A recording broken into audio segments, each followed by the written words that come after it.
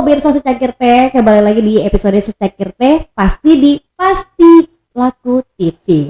Dan di episode kali ini Dewi nggak sendirian, seperti biasa pasti akan ada narasumber yang menarik dan informasi yang menarik yang bisa pemirsa dapatkan di sini. Kalau kemarin kita sudah ngobrol sama beberapa narasumber, untuk episode kali ini kita mau bahas terkait dengan akademisi yang ada di Nusa Tenggara Timur. Ada salah satu universitas yang ternyata juga sudah memenuhi keinginan masyarakat Kota Kupang atau yang ingin melanjutkan program studi ke jenjang selanjutnya. Ada dosen-dosen dari Politeknik Negeri Kupang. Halo, selamat datang di Secangkir Teh. Halo, makasih. Iya, apa kabar nih? Baik, Sehat ya. sehat. Oke, ini langsung saja Dewi perkenalkan dulu untuk kedua narasumber yang sudah hadir di sini. Ada Pak Yapi P. Vanggidai, SEMBA PhD. Halo Pak Yapi. Halo Kak Dela. Ya, kalau Pak Yapi ini khususnya di bagian apa nih Pak kalau di Politeknik Negeri Kupang? Kami dari jurusan Administrasi Bisnis, tepatnya dari Prodi S2 Terapan Magister Pemasaran Inovasi dan Teknologi. Selaku Kaprodi. Selaku Kaprodi. Selaku Kaprodi. Ya. Berarti bukan kaleng-kaleng nih narasumber yang ada di sini. Terima kasih banyak ya Pak Yapi sudah hadir bersama Terima kami. kasih. Dan selanjutnya ada Dr. Rudi Batil Murik, SEMM. Betul Pak? Ya. Iya Pak Rudi. Apa kabar Pak Rudi? Kabarnya sehat-sehat dan baik-baik selalu. Baik-baik selalu. Kalau Bapak ini di Politeknik Negeri Kupang sebagai apa nih itu di program studi? Saya sama dengan Pak Yapi. Saya sebagai salah satu staf pengajar di program tersebut. Oke, Pak dosen ya berarti ya. Pak dosen pembimbing yang jahat atau enggak ini? Nah, pemirsa seperti yang sudah Dewi sampaikan di awal bahwa kita akan berbincang terkait dengan akademis. Kalau yang tahu Politeknik Negeri Kupang ini kan dulu memang sempat tergabung dan masih sampai saat ini ya tergabung dengan ruang lingkupnya Universitas Nusa Cendana. Ya, Tapi dia sudah berdiri tersendiri. Iya, betul sekali. Iya. Mungkin masih banyak yang belum tahu tapi keterlaluan kalau sampai belum ada yang tahu ya, karena sejak tahun 98 kalau saya tidak salah, sependek informasi yang saya dapat dia sudah berdiri sendiri ya, Politeknik Betul sekali, Negeri Kupang. Nah, jadi Politeknik Negeri Kupang ini ada tawaran apa sih yang menarik yang bisa menjadi informasi buat masyarakat Kota Kupang yang ingin melanjutkan perkuliahannya? Silakan, mungkin dimulai dari Pak Yapi terlebih dahulu. Iya, makasih Kak Dela. Jadi mulai tahun ini, tepatnya tanggal 1 Agustus 1 Juli kemarin, kita sudah dapat izin untuk melaksanakan program studi S2 Manajemen Terapan. Nama prodinya adalah Pemasaran Inovasi dan Teknologi. Dan kita sudah diberikan mandat oleh pihak dari Kemendikbudristek itu untuk menjalankan prodi ini dalam tahun ajaran yang akan datang. Segera dalam beberapa saat lagi gitu. Oke, tapi dia sudah hadir di Kota Kupang dan sudah resmi itu tanggal 1 Juli 2022 ya? Betul, 1 Juli 2022. Berarti mulai sekarang udah mulai open registrationnya juga atau bagaimana nih? Betul Kak Dela. Jadi dari 1 Juli sejak kita dapat SK pendiriannya, langsung kita mengadakan persiapan secara internal di kampus. Lalu tanggal 1 Agustus kemarin sudah dibuka pendaftarannya. Oke. Kalau dari Pak Rudi sendiri melihat bahwa Pak Rudi ini juga salah satu staf di Politeknik Negeri Kupang. Mungkin bisa ceritakan tersendiri kepada kita juga yang ingin tahu kenapa program studi yang dipilih ini adalah untuk S2 ya, spesifikasinya Magister Pemasaran Inovasi dan Teknologi. Apakah memang linear dengan program studi di jenjang D3 ke S1 yang sudah ada di Politeknik Negeri Kupang atau seperti apa? Baik, terima kasih Kak Del. Menjawab itu sebenarnya di Politeknik Negeri Kupang itu kami punya jurusan administrasi bisnis. Di mana jurusan administrasi bisnis ini ditambah dengan prodi pemasaran inovasi dan teknologi adalah bagian dari program studi tingkat diploma 3 dengan nama jurusan prodi administrasi bisnis, kemudian ke jenjang diploma 4 atau strata 1 itu program studinya bernama manajemen perusahaan. Jadi menurut kami ketika dari jenjang D3 hingga S1 dengan pembukaan prodi ini menambah linearitas dari jurusan kami, dan itulah yang menjadi warna keunikan dari prodi kami. Oke, mungkin berarti itu estafet ya. Dia dari D3, S1, S2 nya sudah ada semua di Politeknik Negeri Kupang. Jadi kalau udah masih sudah di D3 mesti cari kampus lain lagi. Betul sekali. Kalau gitu mungkin kita flashback dulu nih. Yang mendasari adanya program studi S2 di Politeknik Negeri Kupang, mungkin Pak Yapi boleh cerita sama kita seperti apa asal mula adanya program S2 ini. Oh iya, makasih Adela. Jadi sebenarnya untuk mendirikan prodi S2 itu tidak mudah. Betul. Ya, karena syarat minimal harus ada 5 tenaga pengajar yang bergelar S3. Dan 5 tenaga pengajar itu bukan sembarangan Kak Dela, harus punya spesifikasi yang sesuai dengan nama prodi ini. Karena dari kementerian juga tidak mengeluarkan nama prodi itu sembarangan. Harus sesuai dengan kebutuhan pasar dan keberlangsungan prodi itu sendiri di tempat. Berarti dalam konteks kita di Kota Kupang harus dihitung kira-kira 10-20 tahun lagi prodi ini masih hidup gitu. Nah, jadi dari 5 orang ini kebetulan kita punya semua 5 orang ini doktor yang linear dengan nama prodi ini. Ada di prodi, ada di Politeknik Negeri Kupang. Jadi kita nggak nyari ke luar lagi gitu. Jadi dosen luar lagi ya, semua udah ada dari kamu sendiri. Semuanya ada di situ. Lalu setelah itu kita melakukan beberapa proses administrasi, kita menyusun borang dan seterusnya. Kita prosesnya mulai tahun 2020 ya. Baru dia 2020 baru dapat izinnya kemarin 1 Juli 2022. Jadi prosesnya lumayan panjang. Oke, tapi masih ada check and balance-nya juga, check and recheck juga. Betul untuk bagaimana sekali. bisa mendirikan program S2 ini. Betul Jadi sebenarnya sekali. Politeknik Negeri Kupang ini juga sudah menjawab kebutuhan masyarakat atau mahasiswa yang sudah kuliah dari awal situ mungkin kayak lu pingin kuliah lanjut lagi tapi kemana, ternyata sekarang sudah ada di kampus Iya, sendiri. betul sekali. Oke, kalau saya juga sempat dengar kalau ternyata ada S2 itu ada S2 yang terapan dan S2 bukan terapan. Kira-kira seperti apa sih penjelasannya, mungkin bisa Oh ya, jelasin sedikit? kalau S2 terapan sekalian kita promo dikit ya. Iya, boleh. Kalau S2 terapan di NTT kita baru yang pertama kali ini. Baru satu-satunya. Satu-satunya. Bahkan di Indonesia Timur kita yang pertama. Wow, congratulations. So Iya. proud Yang banget. kemarin keluar itu dari Kalimantan ya, Kalimantan Samarinda. Setelah itu kita S2 terapan itu sama seperti kalau teman-teman bisa membandingkan seperti sekolah menengah kejuruan dan SMU gitu. Oh iya, benar-benar. Bedanya di situ ya. Selama ini kan pemahamannya adalah kalau SMA yang kejuruan itu lebih banyak prakteknya dibanding yang Teori. SMU yang teori. Tapi ada satu aspek penting juga dari sekolah vokasi seperti kami, yaitu kita menekankan ke problem solving. Jadi masalah-masalah yang ada di industri itu kita berusaha untuk memecahkan. Jadi pertanyaannya bukan why atau kenapa masalah ini muncul, terus gimana caranya memecahkan, bukan. Kita lebih ke how. Oh, Bagaimana iya, memecahkan masalah itu dan langsung kita praktekkan gitu. Dan have to ya. Ya, ya.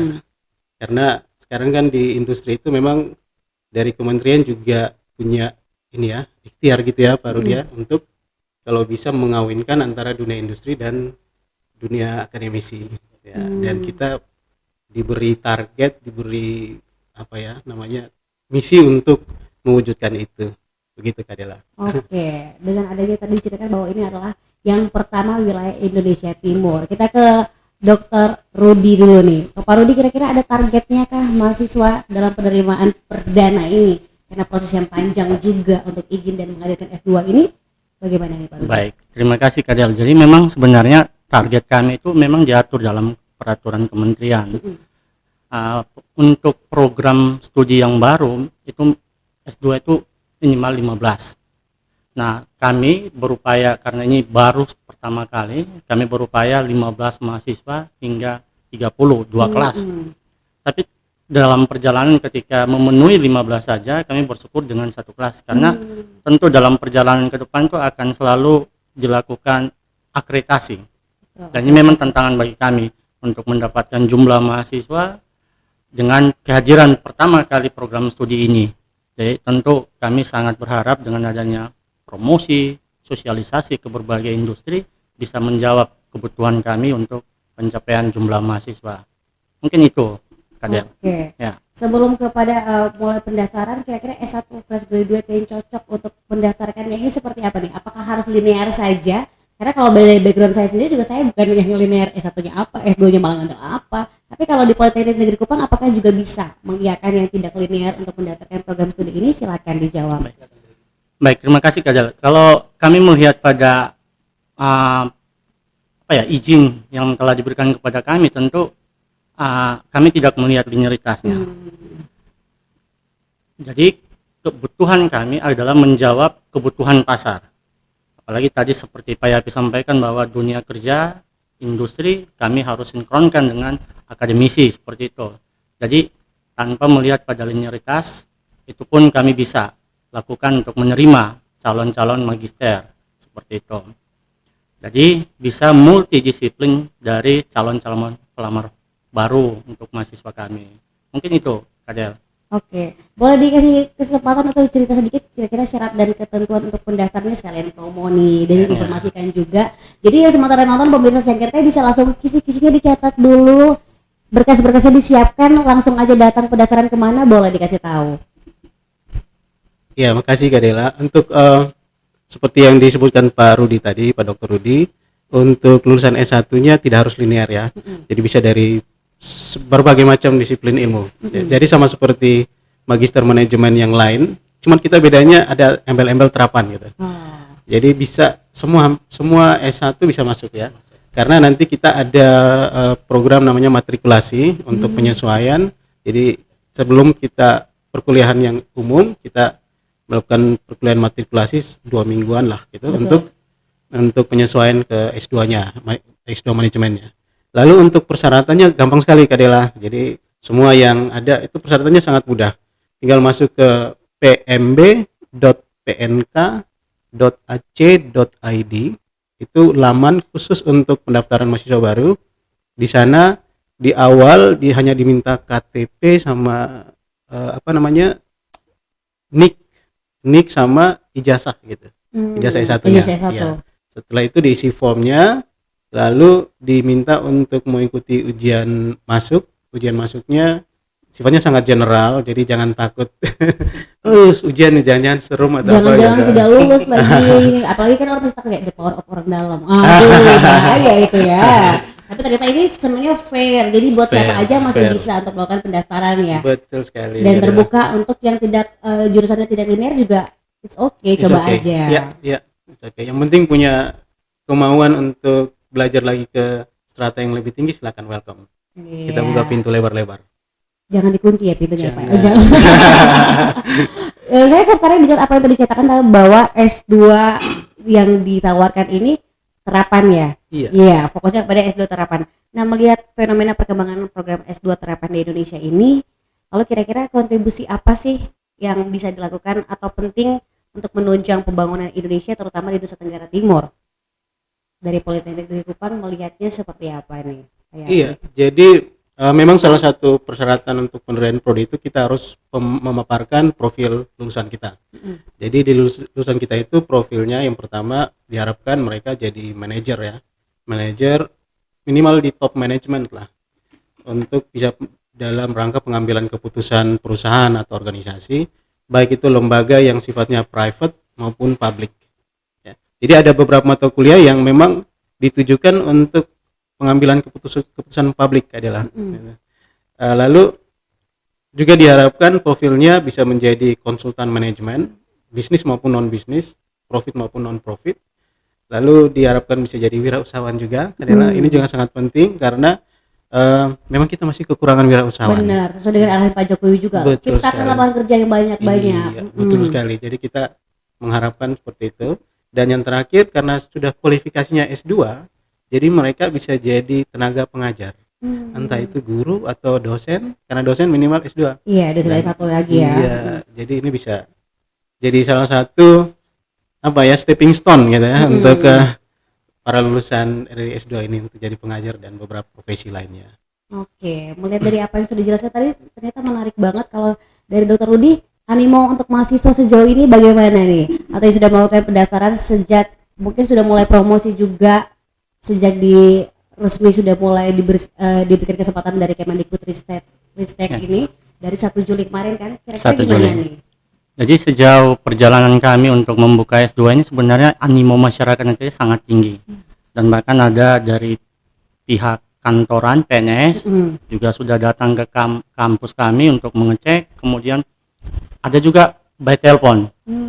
Animonya sangat tinggi dan kami berharap nanti dalam perjalanan dengan animo tersebut kami akan bersiap untuk melakukan penerimaan sesuai dengan tadi yang Kak Diala sampaikan. Kami paling tidak di awal inilah kami membutuhkan 15 mahasiswa hingga 20 untuk satu kelas untuk membantu perjalanan program studi kami. Soalnya begini adalah kalau misalnya kami tidak mencapai itu, tentu ada aturan-aturan yang ditetapkan bagi sebuah prodi dari kementerian.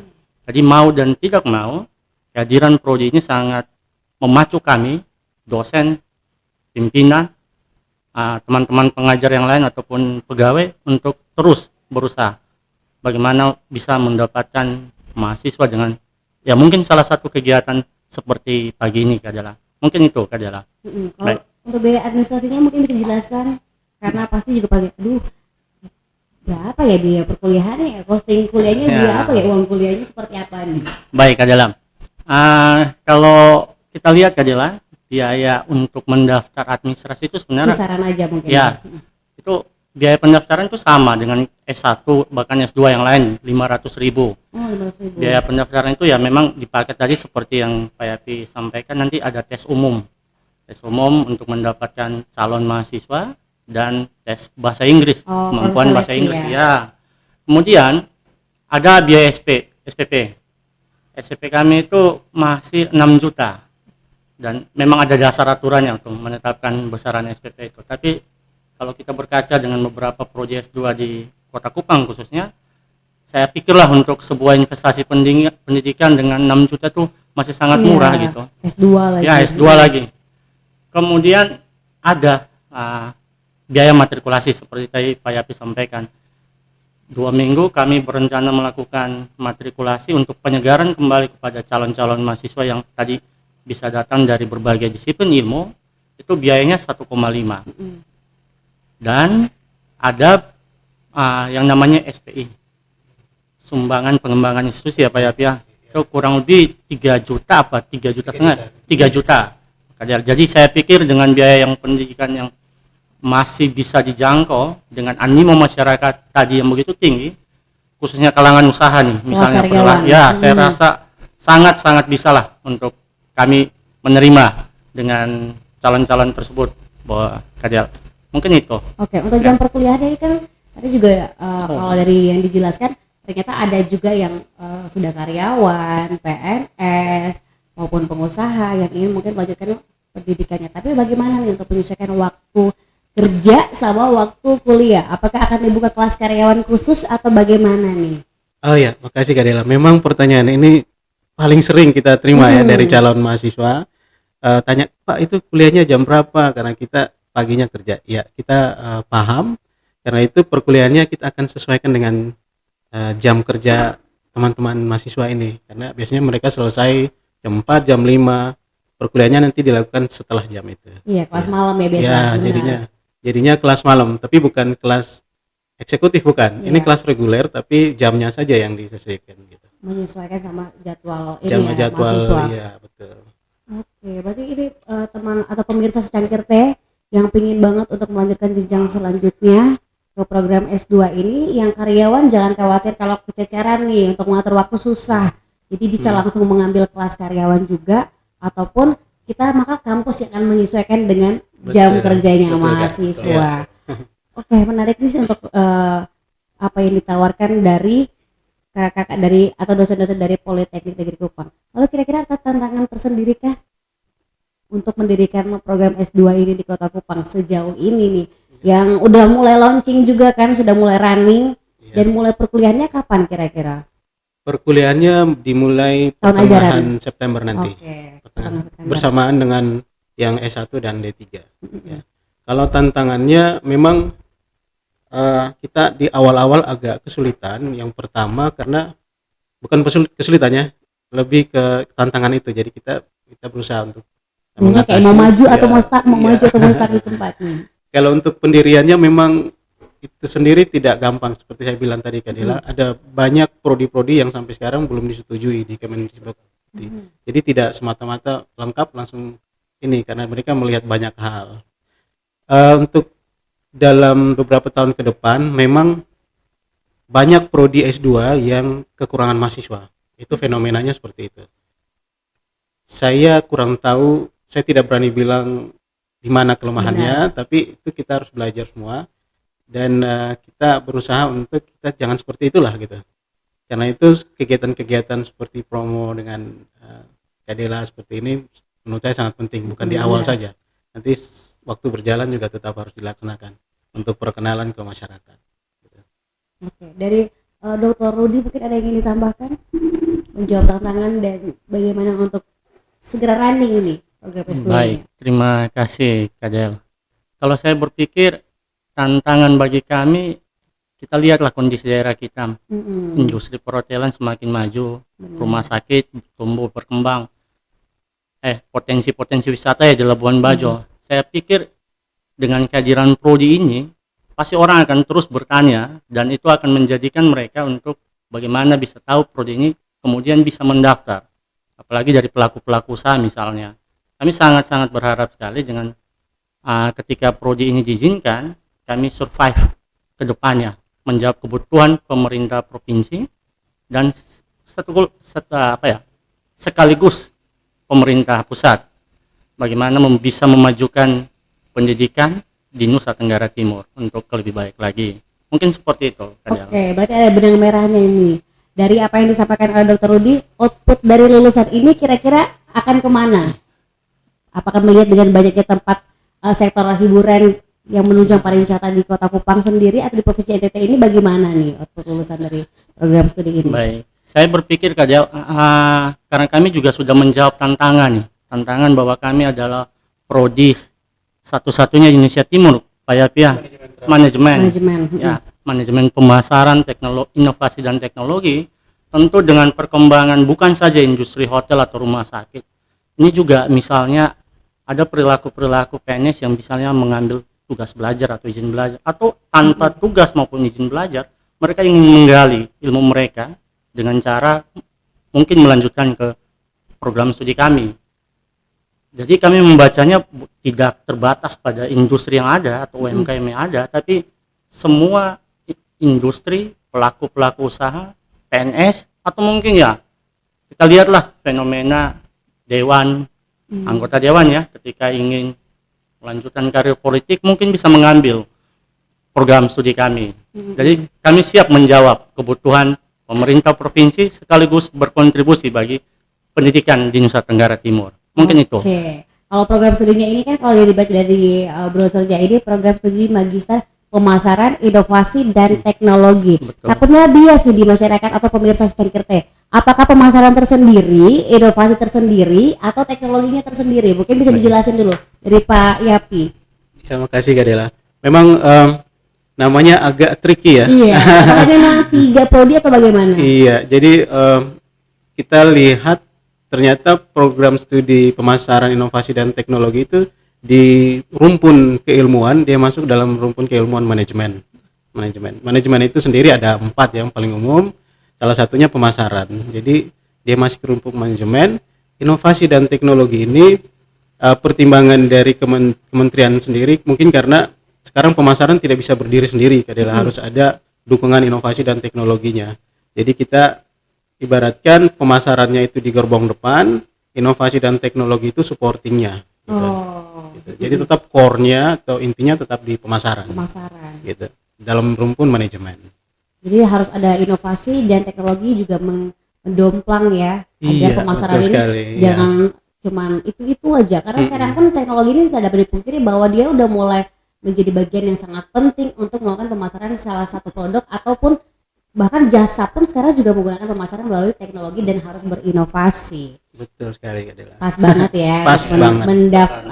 Menjawab tantangan dari masyarakat Nusa Tenggara Timur ataupun mahasiswa yang ingin melanjutkan program studi. Oke, mungkin boleh dikasih tahu lagi terkait dengan bagaimana untuk bisa mengakses, tadi dikasih tahu di awal ya, atau bisa secara offline atau online cara pendaftarannya dan data lengkap yang bisa dijangkau selain dari tayangan ini juga bisa dipromosikan di mana agar masyarakat bisa mendapatkan informasi komplit dan harus bagaimana nih? Boleh dijelaskan dari Pak Yapi.